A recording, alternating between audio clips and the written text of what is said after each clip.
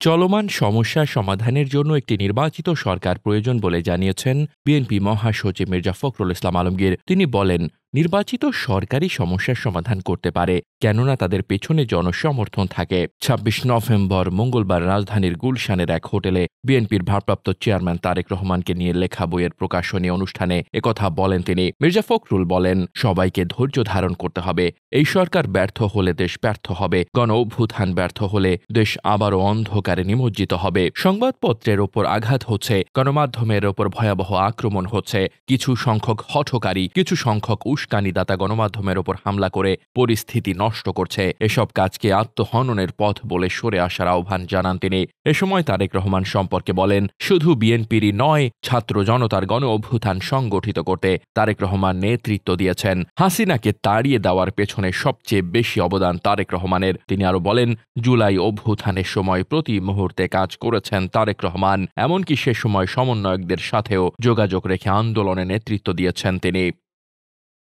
Desk report, বার্তা বাজার।